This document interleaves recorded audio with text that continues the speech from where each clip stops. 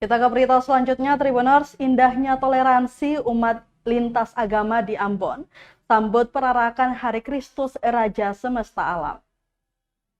Arka Kristus pada perayaan Hari Kristus Raja Semesta Alam di Kota Ambon sangat istimewa. Arka Kristus yang dibawa mengelilingi Kota Ambon oleh umat Katolik ini juga diikuti dan melibatkan umat lintas agama Sabtu 26 November 2023. Pantauan tribunambon.com, umat lintas agama ikut menyambut dan menjaga keamanan pada prosesi perarakan Arka Kristus. Mulai dari pembukaan pada pukul 9 pagi Sabtu pagi hingga berakhir pada Minggu dini hari.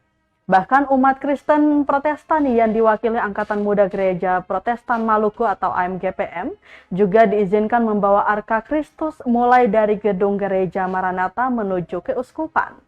Selain itu, Tribuners, pada perarakan juga dibawa menuju ke sejumlah gereja dalam naungan GPM seperti Gereja Maranatha, Gereja Silo, dan Gereja Rehoboth, di mana pada Gereja Maranatha diterima langsung dan ada prosesi pengalungan syal dan doa oleh Wakil Ketua 2 MPH Sinode, Pendeta I.H. Hetarie. Sementara itu, Ketua Panitia Perayaan Kristus Raja, Matias Neis Watungla, mengatakan perayaan Hari Kristus Raja Alam merupakan agenda liturgi Gereja Katolik tiap tahun.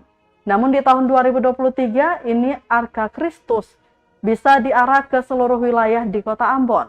Mulai dari Gereja Paroki Santo Yosef menuju kawasan depan Pusat Perbelanjaan Ambon City Center atau ACC, selanjutnya ke Paroki Maria Vinei Halong. Kemudian ke sejumlah paroki lainnya dan singgah ke beberapa gereja di bawah naungan GPM.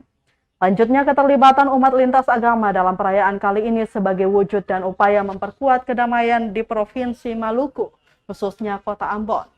Kegiatan ini juga menjadi ungkapan syukur bagi Sang Pencipta yang telah menganugerahkan kasih setia, memberikan rahmat, berkat, dan perlindungan terhadap segala aktivitas kehidupan dunia.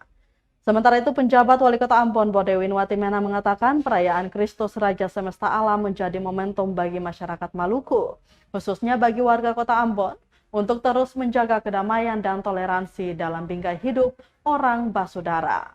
Untuk diketahui, saat Arka tiba di masing-masing gereja akan disambut secara adat. Umat juga memberikan penghormatan, kemudian Arka diarah kembali ke Gereja Paroki Santo Yosef untuk diletakkan di tempat penataan sementara. Yang kedua, pengurusan oleh Ketua Majelis Pekerja Klasis Kota Ambon. Minta maaf kalau ada salah.